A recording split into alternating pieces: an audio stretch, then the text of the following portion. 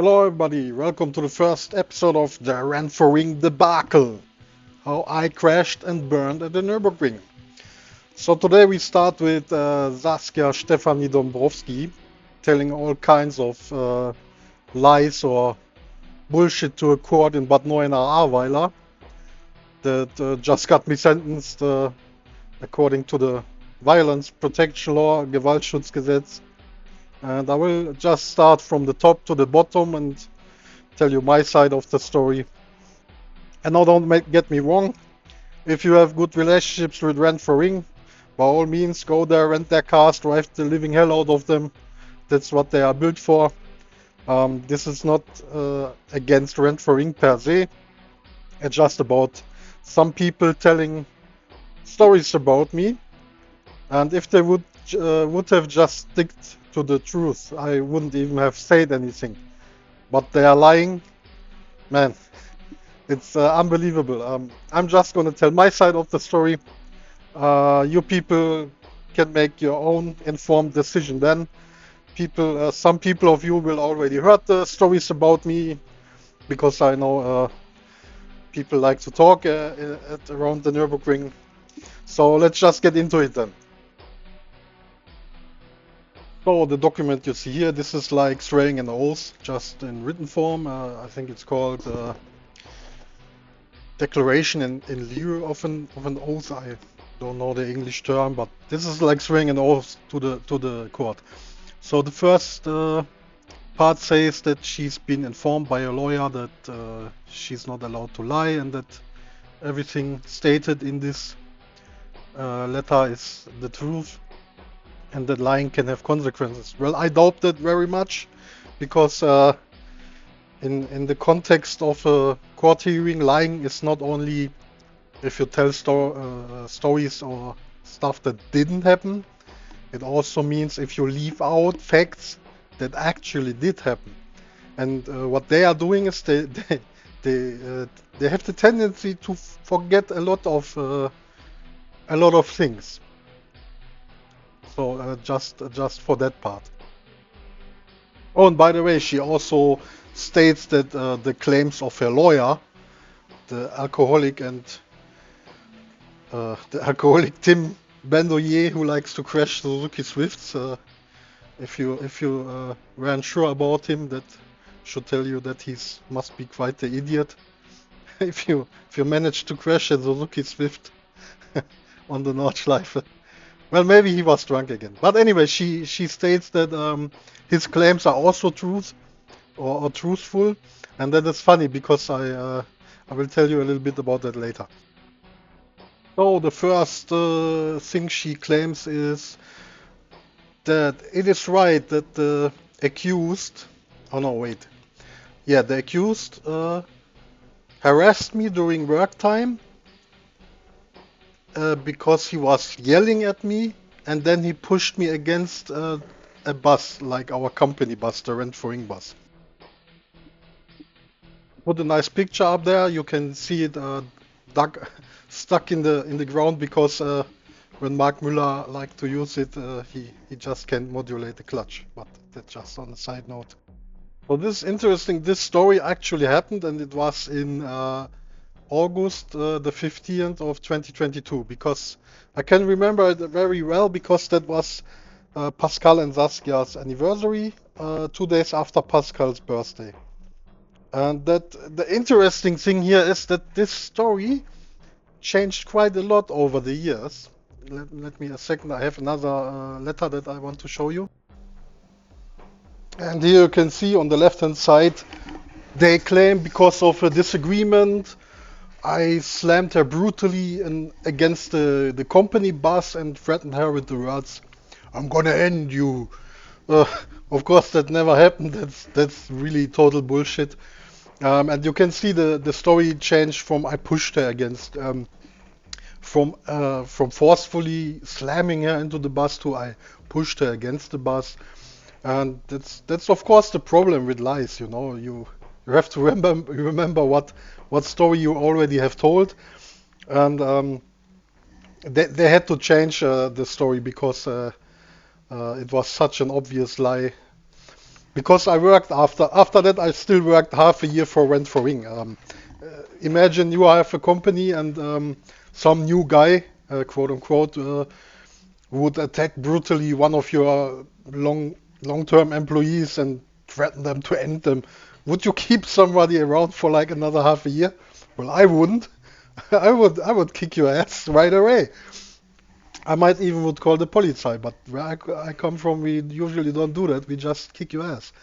Um, so that story, it's you see, it changed quite a lot over the time, and I don't want to deny that there was a huge argument that day. Earlier that day, me and Saskia, we were still in the kitchen. We were having a cuppa, talking about all kinds of things like usual. At this point, we are really good friends. If you don't want to believe that, I posted a video that is nearly 5 hours long. I will put the link in the video description with all the chat messages between her and me. I don't give a shit at this point. You can make your own decision if we were friends or not. She will claim that we weren't, but I claim we were. Then I went to the hairstylist. I went to the same hairstylist like she did back then. So I had my hair done, and in the afternoon we met in the company, and everything was still fine. Then I had to take the bus and get car parts because somebody crashed the Swift. We needed a new rear axle. Then I had to go to Mantai to get the brake pads, the endless brake pads. We always buy them at Mantai. Then I had to go to Reda Motorsport for one of our suspensions that needed overhauling. They take care of our KW suspension that we were using in the BMWs. So after I returned, she's already in a bad mood. She's like, no, make quick work of unloading the bus. I want to go home. Okay, so she's already in a bad mood, and I didn't say it ever because I didn't want to get into an argument. And after that, Mark told her that the bus needed to be loaded with the old tires, because the next day I had an appointment with a recycling company to deliver the tires there and have them recycled, because we use a whole buttload of tires, as you can imagine, in a rental company. And I wanted to do it after hours. She didn't want it because Mark made it a point that we can go home after this job is done. But I didn't knew that. I was in the mindset that after hours, I just instead of just going home and sitting in front of the computer, I will load the tires. So now she goes with Björn Alftan, who had a holiday job back then at Rent4RING, really lovely kid. She and him would start loading the bus, but I didn't want that because in hindsight it's stupid, but I'm as the person who is doing the transport, I'm responsible for the safety of the transport. That also means of how the goods are loaded in the back. Of course, with tires you can't do much wrong, but you know, it's just because I'm a professional driver, I have that mindset. I wanted to take care of it myself. So I walked up to her, and I admit I was a little bit angry, and I talked in an angry tone with her. I said, hey, leave this stuff alone now, or you can take care of that shit tomorrow yourself. And at that moment she exploded, man. I never have seen something like that. Her face was a twisted, I don't know how to say, it was full of hate and disgust towards me. And I really don't know where this came from, because as I said, in the morning we were still in her kitchen talking like friends. And in a matter of, in a split second, she did a 180 and just became really disgusting. And she yelled at me, yeah, I won't let anybody like you take something away from me, and I'm gonna make sure you don't get the new contract. And now I'm going to Mark, and you better prepare yourself, because you're in hot water now. And I knew when she will go into the shop and tell Mark about our argument that my time at Rent4RING is over. You know, because what she said, I was not only shocked, I was really, I was honestly afraid of what she's gonna do, because she knew how much the job at Rent4RING, how important it is for me, how much I loved work there, and she used it to threaten me. And at this moment I grabbed her by her arms and held her, and I told her, let's talk about it. And of course, I shouldn't have done that. There's no argument about that. And she just said, let me go. And she tried to push me away. And if you know how basic physics work, if you try to push something away that has more mass than you, then you will basically push yourself away. So she tried to push me, and because I was holding her, she basically pushed herself into the bus while I was still holding her. And I said, let's talk about it. And she starts yelling now at me, let me go. And I'm like, let's talk about it. And at this point, I kind of lost it, I have to admit it. And Pascal stepped in. He stepped between us and said, hey, let go of her now. Okay, you are overstepping it. And at this moment, I got back to my senses. And when I talked to Pascal earlier that year about everything that happened, about all the shit show, I asked him, how was it really? I know I didn't threaten her. I know that I only said, let's talk about it, and not that I'm going to end her. And he was like, yeah, that's true, but you were really all over her, and that's why I stepped in. She was my girlfriend back then, and you really overdid it back there. And to be honest, if she would have called the police on me that day, and I would have even admitted it, you know, I would have even accepted to be punished for that. Okay, I did something I shouldn't have done. Never mind that she started the whole shebang and threatened me with taking my job away. But anyway, that's not a reason to grab somebody that was out of line. But she didn't. I worked there for another half a year. And as I said, this was in August 2022. And this letter is from April 25. Now, I mean, if this doesn't tell you a lot about what those people are doing, that this is all a shit show, I don't know what is, man. How can you do that after a couple of years? Use something that happened in the past. What's gonna happen next? Do I have to be afraid that somebody in elementary, I knew in elementary school, if I took away their favorite lollipop, that they will sue me in front of a court now 25 years later? I don't know, man. This stinks to the high heaven. And yeah, so much about that. And let's move to the next point. So now she's claiming that I sent her a message via Facebook and that I offered her 500 euros if she comes to my room and puts me in my place.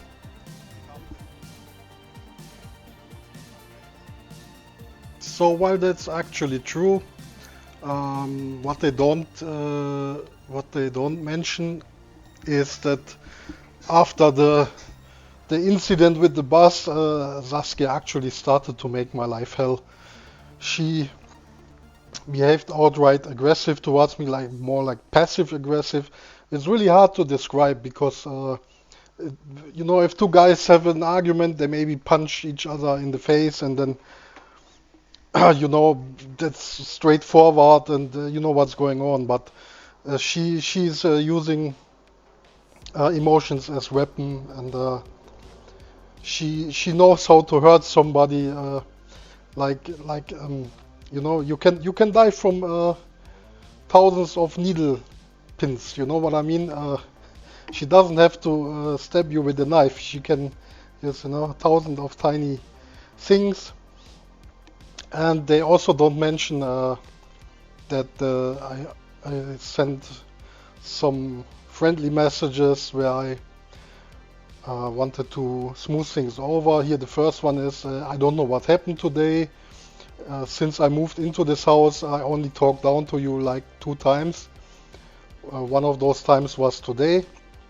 And the way you exploded was extreme.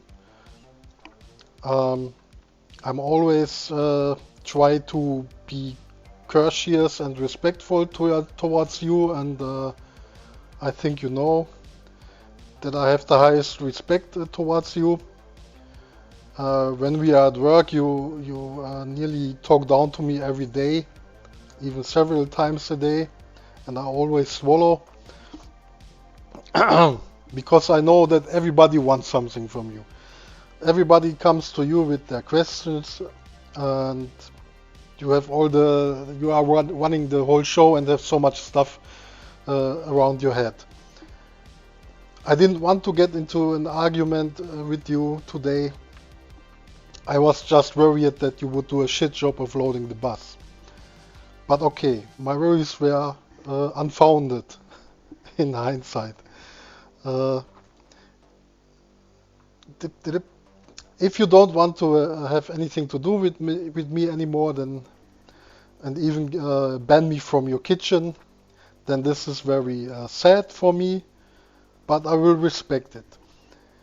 I would still ask you to find a common ground how we want to treat each other from here on out, because since we live in the same house still, we will probably meet each other some way.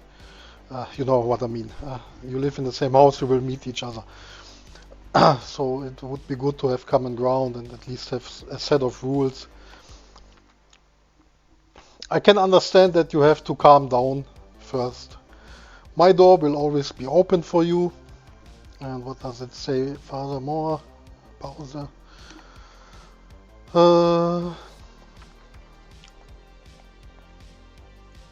Oh yeah, I mentioned that if we meet each other, that it would be nice if we could at least say, you know, good day and how are you.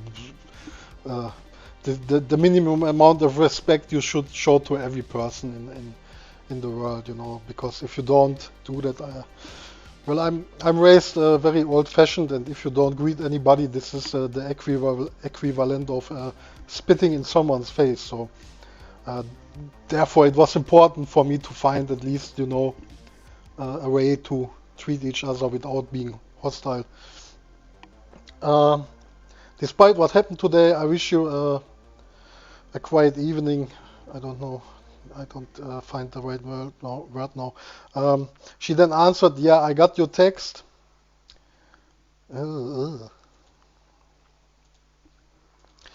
Technique. Old man and technology. Okay, she answered, I got your text, but to be honest, I'm done with you. Please leave it alone. We are no friends and we won't be friends. We won't become friends, and this sentence is already BS, but okay, she's upset. You live here in the house and that's okay, but my kitchen is off limits for you and that it will stay that way. Work is a different topic, and as long as it's possible, please ask anybody else who also works here.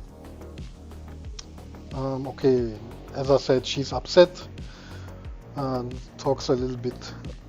Some of what she talked is straight out bullshit, and she actually changed her mind later, but we'll come to that.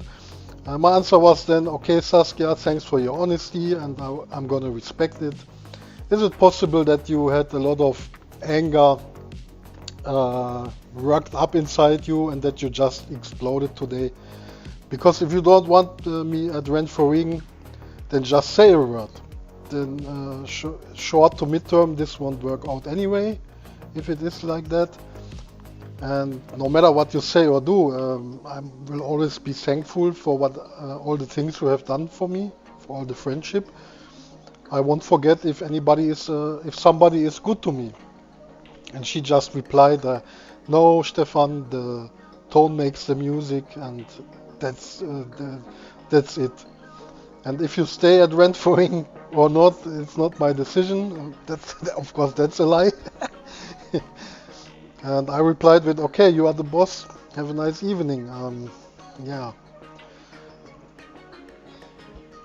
And then I made the mistake. I actually went back in her kitchen, despite her telling me that she doesn't want it. But I only gave her food stuff from me. Okay, I was cleaning out my room because the whole situation, it was so hard on me. I was really disturbed by everything that went down and her behavior. That I was cleaning out my flat, I threw away a lot of stuff like tools, my tape deck, because I had my hobby was recording music to tapes, and I threw all that away because I was totally overreacting at that point. And I put food in her fridge, and of course she got totally pissed, man. So she tells me now via text, when I tell you that my kitchen is off limits, then I mean it that way. Your shit is on the stairs, you can come pick it up, and from tomorrow on I'm gonna lock the door. Okay. Of course it was a little bit stupid of me to go in the kitchen after she told me not to, but I just wanted to give her the food. I couldn't know that she would get upset about me giving her stuff, but apparently, yeah, okay. Pascal told me later, when she's upset, you have to leave her alone, okay? She really needs time to cool down, and I didn't do that. That was probably a big mistake, that I tried to reconcile with her right away. But I'm in my mid 40s now. You know, if there's argument 2 or 3 days later, let's just talk about it and move on, you know, with our lives. I don't take it that hard anymore. But okay, she was afraid of me. I was then I told her I was in the process of cleaning my room and wanted to prevent good food to end up in the garbage. Because I didn't see the shit when I came down the stairs fully loaded, I accidentally stepped on it and nearly fell. Sadly, some of the things are now leaky. There was milk and yogurt and stuff, dairy, and it was all messed up.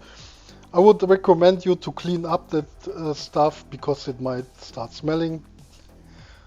You could have just thrown it in the garbage. Have a nice evening. Well, I have to say she put it on the stairs in a really shitty position, because when I came from upstairs I couldn't see it, but I didn't think she did it on purpose, but I still got upset with that. And then the next message, I also gave Pascal his beer bag, because I don't deserve beer. I don't deserve food. I also don't deserve a comfy chair, because I had a chair that I used to sit outside for breakfast. And when I went down to the gym, she told Björn to make it disappear. She was like, yeah, he took it out of the storage. He didn't ask, take it away. She just, this was one of those little things to fuck me up. There were a lot of little things she did. And yeah, she really got to me. I know it sounds stupid, but she got to me. And then I continue. I don't deserve the comfy chair, like I don't deserve your friendship, and like I don't deserve this job at Rent4RING, like I don't deserve to be greeted by you. Because when she met me, she always acted like I'm not there, okay? And I'm a person, I react really, this really is like insulting me. You could rather slap me in the face, but on purpose, acting like you don't see me, on purpose not greeting me, even if I say hello, turn away your face. For me, this is like spitting in someone's face, because this is the way I was brought up. I was raised like that. My grandpa would give me a slap in the neck if I wouldn't greet the neighbors, you know, in a small town. And she knows that. She and Mark know that I'm old-fashioned this way, and that's how she used it against me. It really got me upset. I know it sounds stupid, but it's just the way my head works. Since I'm not a human being and just a piece of shit, I'm lying on the floor because I don't deserve to sleep in a bed. I don't even deserve the air to breathe or this life. Don't worry about me, don't worry about your kitchen. I'm gonna be gone soon and you can enjoy your life. I'm really sorry that everything ends on a negative note. I wish I could change everything. And then I wrote the message she was referring to, because she was straight up ignoring those messages. At this point I was really thinking of committing suicide, because I just didn't know how to handle the situation. You know, probably say, Stefan, are you stupid? That's not a reason to commit suicide, but you have to keep in mind I was living over 18 months and I was a little bit in my own bubble, yeah, and that was a big mistake, that I always just was in this small circle. I didn't go out and made contact with other people, and this was probably the biggest mistake, because when she turned after 18 months of friendship, she turned into the worst enemy you can imagine. Everything, I trusted her with everything, and she used everything to make my life hell, and I was alone. Pascal, you know, he was always like, yeah, please leave me out of it. I feel like I'm trapped between the chairs here. I don't want to get involved in your argument. And he also told me that he tried to calm her down a little bit, but then she even turned hostile towards him, and he backed up and went back to playing on the computer. So it was a real nightmare, and I wasn't allowed to come to work. That made things even worse. You know, all day I had time to think about all the shit, and I worked myself up instead of just going outside, you know, touch the grass. I was making myself crazy.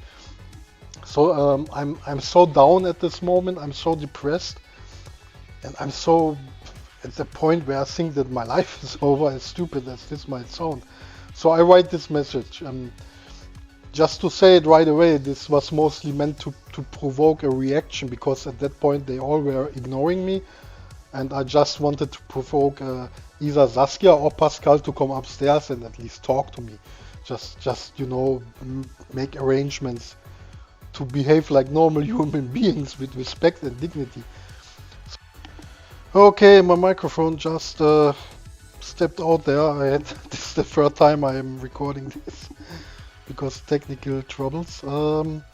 Okay, so I sent the message, can you come upstairs to my room and show me where my place is? I will give you 500 euros that I have lying around here. You can beat me, kick me, spit on me, and if you want to, I'm gonna lick your shoes. I promise not to put up any resistance. Take the last bit I have left. Take the last bit of dignity I have. Show me that I'm just your bitch, you are the boss. I promise to never again raise my voice against you. I promise to never again to resist when you tell me to do something. Please show me where I belong. I'm gonna thank you for it. I'm down at the bottom, that's where you wanted me to be, right? I'm afraid of you, my door is open. So this message, they don't mention to the court the other messages that I sent before, where I tried to, you know, try to make peace with her. They also don't mention that I state that I'm afraid of her, because I was genuinely afraid of her. They are claiming that this message was sexual harassment, that I offered the 500 euros to her to perform well, sex with me. But that no, I never did that. As crazy as it might sound, in the 18 months I lived with her under one roof, I never was had romantic feelings for her. I never was interested in, well, having sex with her. Yeah, at the beginning, of course, I sometimes took a look, who wouldn't, but she was in a relationship, and I once learned that most murders are committed either because of greed or jealousy. And since I don't have any money, nobody would ever kill me for the money I don't have. I don't want to get killed for, you know, because I couldn't keep my little Willy under control. There's no point to that. There are enough single girls who are willing to, you know, put it up or put it out or whatever. So I never touched her, or yeah, I never made her an offer like that. But they are claiming that this is sexual harassment. That this is just straight up wrong. So as you can see, while there is some truth to that, but they are straight up lying, because what they are doing is basically cherry picking, you know. They take a message I wrote and take a few, they cut out what is fitting their narrative. They don't tell the whole story, and they just want doing it to paint a picture of me that's not really true. I'm gonna end this video right now here because it's already getting way too long. I didn't expect it to take so long to explain everything. I'm gonna continue with this in the next episode, part 1.5. I'm gonna call it. Yeah, but this is already. I have to start somewhere, and as you can see, it's a long story. It's a story that stretches over 2 years, and so it just takes some time to work everything up. And yeah, I'm gonna end this right here, and maybe you are back for the next episode. Have a nice evening, or morning, or whatever time it is in your part of the world. See you then. Bye bye. Be good.